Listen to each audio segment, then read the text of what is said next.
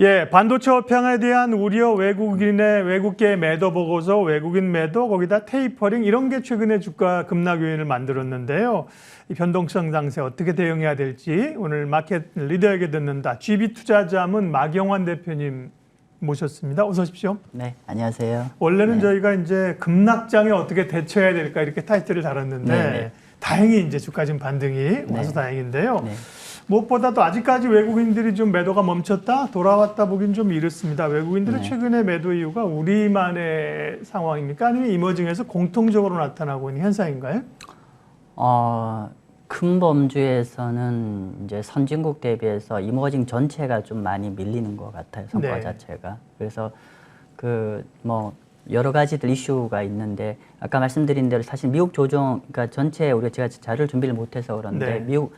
미국 중심의 미국이나 유럽 이런 선진국 대비해서 이머징 전체가 좀 흔들리는 느낌이고요. 그러면은 한국을 포함한 이머징 마켓이 상대적으로 왜 선진국 대비 좀 더 밀리냐라고 봤을 때, 저는 한 3가지 정도 일단 생각합니다. 첫 번째는, 그러니까 사실 한국 중심으로 말씀 좀 드려야 되는데, 한국이 상대적으로 이제 굳이 외국인들 시각에서 바라본다고 하면 한국은 성장주의 나라거든요. 시가총액 상위 종목을 본다고 하면 거의 기술주나 네이버나 카카오나 이런 것들 대해 어떤 이제 성장주, 또 다시 얘기하자면은 이제 경기 민감주보다는 글로벌 경제와 별로 관계없는 이제 그런 상황인데, 이게 조금은 좀 돌려서 말씀을 드리면은 이제 조금은 이제 탑다운으로 본다고 했을 때 연초 이후에 국채 금리가 올라가면서 이제 가치 중심 랠리를 가다가 이제 3월 말부터 이제 7월 말까지 국채 금리가 내리면서 성장주 아웃퍼폼을 했는데, 자세히 보시면은 8월 초순부터 이제 이런 움직임이 좀 돌아서고 있어요. 그러니까 정확하게 8월 6일부터 해서 나스닥이 좀 약보합세를 좀 띄고 있었고, 그런데 이제 한국 시장은 미국 시장과 거의 특히 나스닥하고 거의 같이 가는 시장이죠. 왜냐하면 성장주이다 보니까. 그런데 큰 그림에서 글로벌 투자은행들이 8월 달에 들으면서 리더십 체인지를 이제 언급을 하고 있습니다. 즉 상대적으로 이제 성장주에서 가치 쪽으로 약간 얘기를 하는데, 그런 리더십 체인지에 한국 입장에서는 약간은 좀 불리한 입장이고요. 네. 두 번째로는 델타 바이러스 부분이 이제 최근에 이제 불거지면서 이제 델타 바이러스 관련해서 여러 가지 어려움이 있지만은 사실 델타 바이러스 관련해서 같이 선진국도 확산되고 이머징 마켓도 확산되고 있는데, 가장 큰 차이는 백신이겠죠. 그러니까 선진국 같은 경우는 이미 집단 면역 근처까지 레벨 50% 넘었기 때문에 결국은 이런 이제 그러니까 사실 어떻게 보면 델타 바이러스의 가장 확실한 대해법은 백신인데, 이 백신이 어느 정도 있기 때문에 이것이 있기 때문에 결국 경제 봉쇄나 거리두기로 가지 않고 오히려 이제 경제 활동을 지속하면서 이제 백신의 속도전으로 가는 양상인 반면에,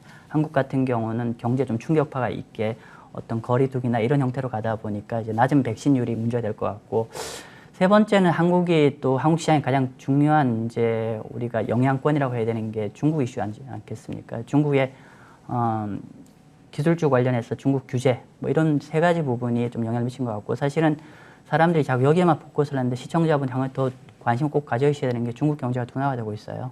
중국 경제가 이제 절대 수치는 스틸 높지만은 점진적으로 둔화가 되고 있기 때문에 이런 중국 둔화 이슈, 이런 3가지가 맞물리면서 이머징의 선진국보다 더 밀렸고, 특히나 한국에 좀 최근 조정을 더 보였던 연유인 것 같습니다.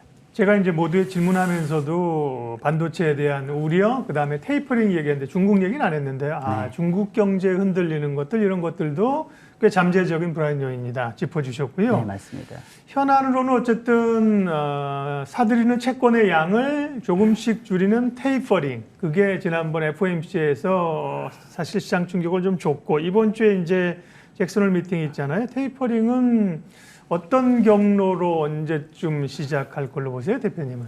예, 말씀하신 대로 지금 시점부터 금년 연말까지 아마 전 세계 주식, 채권, 통화 시장의 가장 중요한 이벤트가 테이퍼링이겠죠. 네. 그래서 테이퍼링 시점이 굉장히 좀 중요할 것 같은데, 그러니까 결국은 테이퍼링의 타이밍을 어떻게 가냐에 따라서 시장 충격은 좀 많이 달라질 것 같고요.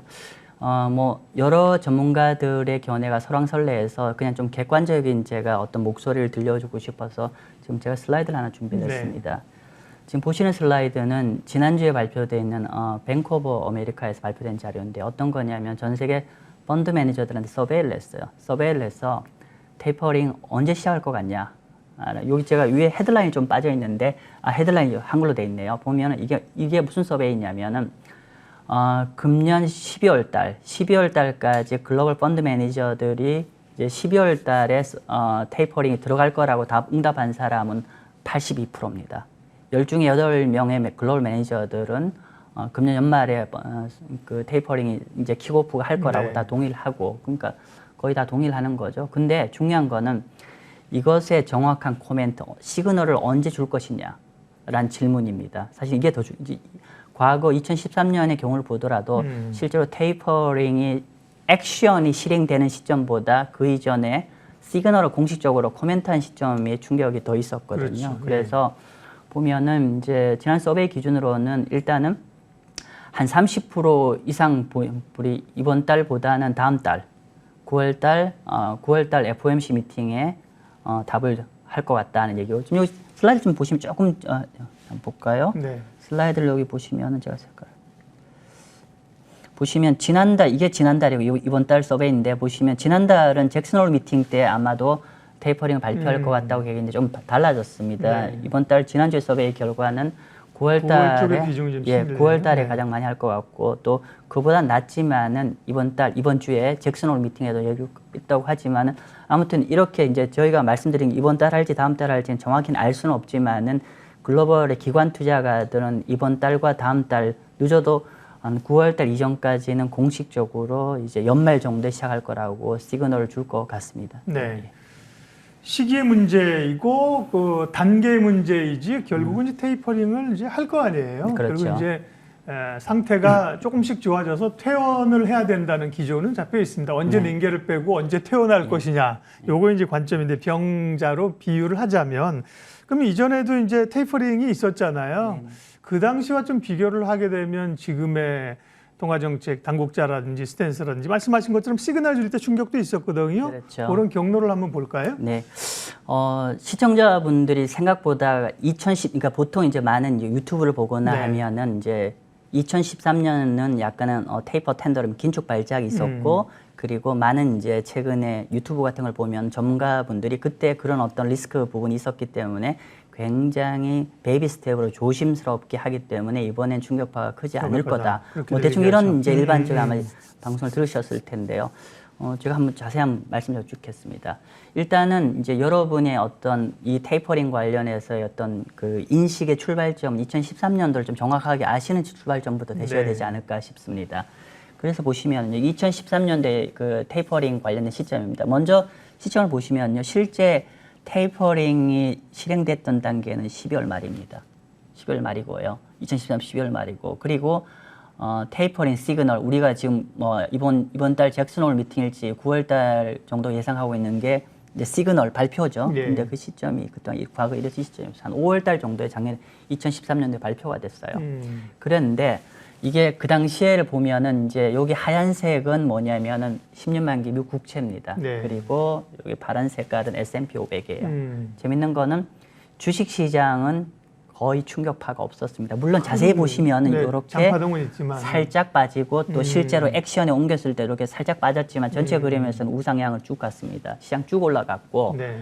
반면 채권 시장은 굉장히 큰 충격을 줬었죠. 그래서 그 당시에 미국 국채금 이게 금리가 급등했네요. 예, 급등했습니다. 사실 여기 보시 좀 어려운데 여기 실질 금리인데 어쨌건 간에 그 당시에 명목 금리 기준으로는 한 1% 이상 폭등을 했습니다. 네. 그래서 굳이 얘기하자면은 2013년의 상황은 채권 시장에는 엄청난 충격을 줬고, 반면 주식 시장은 아까 박사님 말씀하신 대로 살짝 파동이 있었지만 우상향으로 계속 날아갔어요. 네. 그런데 금년도는 아까 말씀드린 대로 이전에 그런 어떤 경험이 있어서 여러 가지 좀 이제 그런 게 있는데, 뭐 결론부터 하면, 제가 생각하는 결론부터 얘기하면 이거 반대가 될 것 같습니다. 반대라는 의미가 상대적으로 그 주식 시장, 그러니까 채권 시장은 점진적으로, 그러니까 이렇게 폭발적으로 올라가진 않을 거고 점진적으로 금리가 10년 만에 국채 금리가 올라갈 것 같다. 시청자님들이 꼭 이해를 해주셔야 될 게 뭐냐면은 여기서 말하는 건 정책금리가 아니라 시장금리를 얘기하는 거죠. 정책금리는 아마도 일반적 예측은 지금부터 한 2년 후를 얘기를 하지만 시장금리는 어쨌건 간에 테이퍼링이 되면은 금리는 올라갈 것 같은데 이렇게 폭발적으로 올라갈 것은 않지만은 점진적으로 이제 저금리 국면이 이제 딱 해소가 된 트리거가 될 것 같다. 금리 올라갈 것 같다는 얘기고요. 반면 주식시장은 어떤 분은 이렇게 말씀하시죠. 테이퍼링이 되면 일시적으로 흔들릴 건데 그때 저점 매수를 하면 오히려 좀 굉장히 좋은 타이밍이 될 것 같다. 물론 그럴 수는 있는데 네. 그때와는 좀 달라요. 결론부터 말씀드리면 그때보다 압도적으로 비쌉니다. 주식시장이 압도적으로 비싸기 때문에 그렇게 될 것 같지는 않습니다. 오히려 주식시장은 좀 보합 내지 약보합세로 가는 어떤 구도가 되지 않을까라는 얘기죠. 그래서 한번 보시죠. 이거 제 얘기만 보면 안 되니까 네. 일단은 이것도 지난주에 발표되는 모간 스탠리 레포트입니다. 글자 좀 작으니까 설명을 중요한 설명을 걸 좀 드리죠. 해주십시오. 예, 모간 스탠리가 그 테이퍼링 시점을 시나리오를 하나는 베이스 시나리오 네. 그걸 언제 냈냐면은 시점이 금년 12월 달에 테이퍼링이 시작된다는 네. 걸 기본 시나리오로 하고 있어요. 그리고 만약에 12월 달을 지금 아까서 그러니까 제가 지난주에 글로벌 아이비들 서베이 자료에도 12월 달을 10명 중 8명 정도 본다 말씀드렸는데 모간 스탠리도 거기에 해당이 되죠. 그러려면 미리 노팅을 한 9월이나 10월에 그렇죠. 이뤄져야겠네요. 예, 맞습니다. 그리고 이렇게 보는 거고 두 번째로는 만약 그보다 더 빨리 테이퍼링이 되면 최근에 월스트리트 저널에서 언급됐지만 좀 더 일찍 시작되면 언제냐면 11월 달. 11월 달 보고 만약에 전반적 여건이 안 돼서 늦어지면 언제 될 것 같냐 테이퍼링 실제 액션이 움직이는 게 내년 한 6월 달 정도 보고 있습니다. 네. 자, 요건 좀 잊어버리시고요. 그러면 이제 아까 말씀드린 대로 모건 스탠리가 예상하는 12월 말 정도에 만약 테이퍼링이 됐을 때 주식, 채권, 통화 다 영향을 줄 텐데 한번 보시죠. 그렇게 봤을 때 여기 10년 만기 국채 금리 전망입니다. YE라는 게 이어 엔드라서 금년 말 목표입니다. 네. 얼마냐면 1.85입니다. 현재 1.2 정도죠. 금리가 꽤나 많이 올라갑니다. 자, 그리고요. 여기서 이제 꼭 이제 제가 말씀드린 게 이 수치를 주목하라는 게 아니라 어떤 디렉션, 방향을 예. 주목하라는 뜻인데요. 만약 11월 달에 한다고 했을 때 2.15입니다. 즉 예상보다 더 빨리 가면은 시장의 금리는 더 빨리 트리거가 된다는 뜻인 그렇겠죠. 거고요. 예. 그리고 만약 내년 6월 달 된다고 하면은 1.4 생각보다 올라는 가지만 생각보다 좀 천천히 올라가죠. 네. 즉 이게 무슨 의미냐면은 큰 의미에서 우리가 긴축에서의 어떤 큰 그림의 긴축의 스타트가 되는 거지 않습니까? 긴축이 스타트가 되는 건데 결론적으로 긴축이 된다는 거는 채권, 특히 국채 시장에는 금리를 좀 상방으로 끌어올리는 역할을 하는 건데 그렇기 때문에 이게 스타팅 포인트가 빨라지면 빨라질수록 국채 금리가 움직이는 트리거가 된다는 뜻인 거고요. 그 다음에는 여기 주가는 어떻게 될까? 예, 맞습니다. 어떻게 예측할까 궁금하죠. 예, 주가인데 네. 여기 보시면 주가는 지금 S&P가 한 4,400 정도 되죠. 네. 4,400인데 좀 약하게 봅니다. 한 3,900 정도 봅니다. 3,900이고 물론 이제 골드만삭스 같은 데는 현재보다 조금 한 4,400인데 한 4,700 정도 바라보고요. 근데 골드만삭스 같은 게 조금 예외적이고 일반적으로는 뭐 현재 레벨 내지 조금 약하게 보는 게 일반적인 관점입니다. 한 10% 정도 조정 받을 거로 보는 그렇죠. 거네요. 예, 맞습니다. 그렇게 보는 거고 그다음에 여기 한 가지 더 좀 시간 될지 모르겠는데 네. 여기 통화입니다. DXY 플러스 50bp 이렇게 돼 있어요. 뭐냐면 DXY라는 게 글로벌 달러화 지수입니다. 달러화 지수가 예를 들면은 만약에 베이스 시나리오 된다고 하면은 매달 달러화 지수가 0.5%씩 올라간다. 그런 얘기요. 즉 전 세계 주요 통화 대비해서 테이퍼링이 발생을 하면은 점진적으로 달러화 가치는 올라간다. 이렇게 될 것 같습니다. 그래서 다시 한번 정리를 하면은 2013년도 같은 경우는 금리가 폭발적으로 올라갔는데 한 1% 이상, 한 1에서 1.5% 정도 올라갔는데 이번 같은 경우는 그 정도는 아닐 것 같다. 현재 레벨에서 한 50bp 정도, 연말까지 한 50bp 정도 올라갈 것 같다는 좀 그래죠. 점진적인 모양이 보일 것 같고 그리고 주식시장은 2013년도는 오히려 그게 좋은 트리거가 돼서 그 주식시장이 쫙 45도 라인으로 올라갔는데 이번 같은 경우는 여러 가지 여건이 그때와 좀 다르기 때문에 밸류에이션이 많이 올라갔기 때문에 적어도 조금은 우리가 조정장은 좀 준비를 할 필요가 있지 않을까 이렇게 보는 것 같습니다. 네. 물론 뭐 예측이 다 맞는 건 아닙니다. 그렇죠? 그렇죠, 예, 그렇죠. 그때 맞습니다. 상황이 달라질 수도 있지만 네. 어쨌든 지금 우리가 모을 수 있는 자료와 과거의 자료, 미래의 자료를 가지고 최적의 어쨌든 예측하려고 하는 거죠. 그렇죠. 그래서 이제 모건 스탠리의 자료를 가지고 마경환 대표님의 시각까지 해서 오늘 뭐 시간이 많이 갔습니다만 사실 할 얘기는 다 정리를 해주셨습니다. 결국은 이제 연말쯤 테이퍼링이 시작된다고 하면 채권 금리는 비교적 빠르게 오를 것이고 주가는 조정을 보고 달러는 상승한다. 그러면 이제 그런 시나리오로 간다고 했을 경우에 뭐 시간이 저희가 준비된 좀 시간 늘렸는데도 시간을 다 써서요. 그래서 그러면 투자자들은 그런 시나리오를 가정하고 뭐 이머징 시장, 선진 시장, 뭐 채권과 주식 혹은 뭐 가치주와 성장주 어쨌든 어떻게 해야 됩니까? 전략 마무리 해주고 가시죠 오늘은. 예. 일단은 아까 말씀드린 대로 기본적으로 현재 여러 가지 여건 때문에 국채 금리가 낮는데 아무튼 테이퍼링을 통해서 점진적으로 올라갈 가능성이 금리가 있다. 올라가기 때문에 근데 금리가 올라간다는 건 우리 주식 시장이 엄청난 시사점을 갖고 있습니다. 네. 즉 첫 번째는 현재까지 어떤 주도주인 성장주에서 가치주나 이런 쪽을 좀 더 선호를 할 필요가 있고요. 두 번째로는 지역적으로 상대적으로 이제 미국이나 한국차 같은 경우는 성장주 웨이트가 크기 때문에 예를 들면 미국 온리라고 했을 때 상대적으로 지역적으로 가치주 비중이 큰 유럽이나 일본 같은 비중을 좀 늘릴 필요가 있고요. 마지막 세 번째는 어쨌건 간에 시장이 이제는 변동성이 좀 커지는 시장이기 때문에 네. 조금은 디펜시브 스탁이나 퀄러티 스탁을 좀 포트폴리오를 채워넣어서 그렇게 가면은 큰 무리는 없지 않을까 생각합니다. 그러면 마지막으로 조금 더 사실은 뭐 부동산 주식 말고는 다른 특별히 개인 투자자들은 다른 대체 투자가 사실은 마땅치 않습니다. 그렇죠. 국민연금이나 기관들은 대체 투자 굉장히 많이 하거든요. 네. 그런 변동성장 혹은 이제 나타날 수 있는 조정 장세 대비해서 투자자들은 어떻게 포트폴리오를 좀 구성할 수 있을까요?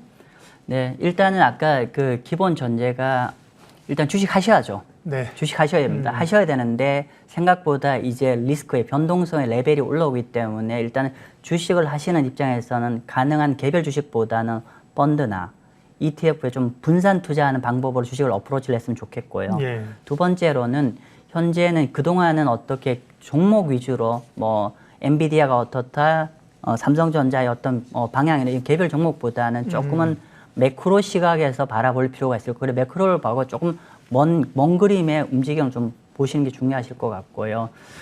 세 번째는 전반적으로 변동성 큰 장에서는 인컴이 기본적으로 나오는 캐리 수익이 높은 자산들이 유리합니다. 네. 그래서 주식 안에서도 큰 그림에서 쪽, 뭐. 그렇죠. 인컴 있는 거 쪽을 좀 보시면 좋을 것 같고 마지막으로 어떻게 보면 정리해야 되는 얘기인데 여러분이 지금 이제 결국 위험 자산에 투자를 하셔야 되는데 결국 뭐냐 우리의 어떤 투자 의사결정이나 포트폴리오 짜는 게 수익을 포커스하지 말고 위험 관리, 변동성을 포커스하면은 결국은 중장기적으로 위너가 되는 어떤 투자의 방법이 되지 않을까 생각입니다. 네. 네.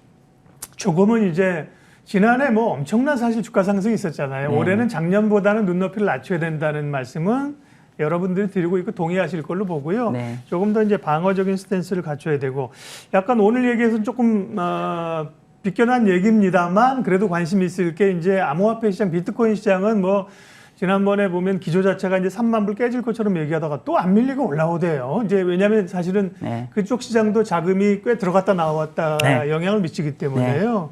그 가상화폐 시장은 전망 혹시 있으세요? 일단은 제가 비트코인 네. 전문가는 아닌데 그냥 네. 큰 그림에서 에셋 클래스 차원에서 말씀을 드리면은 기본적으로 비트코인은 버블 자산이지 않습니까? 그렇죠. 예. 버블 자산이기 때문에 아까 계속 제가 말씀드리지만은 비트코인이 버티는 거는 국채 금리가 낮기 때문에 버틴다고 저는 생각합니다.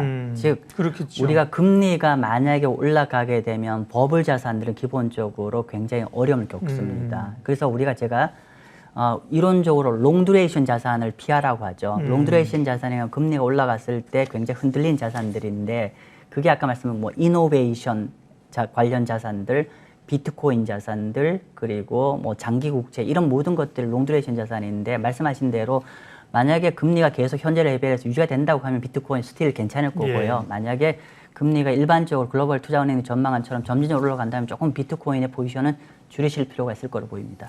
그 전설적인 투자자들의 얘기는 뭐 버핏도 마찬가지고 다 마찬가지입니다. 뭐 앙드레 코스텔란이 다 뭐 투자를 사실은 공격적으로 할 만하냐 아니냐의 가장 확실한 하나의 잣대를 대라면 금리 이자율입니다. 그 부분을 오늘 체크를 해주셨습니다. 예, 오늘 마켓 리더에게 듣는다. GB 투자자문 마경원 대표님과 함께 어떻게 보면 우리가 이제 하반기 남은 시장을 어떻게 대응해야 될지에 대한 큰 그림을 그렸고요. 도움 말씀 큰 도움이 됐습니다. 마경원 대표님 고맙습니다. 네, 감사합니다.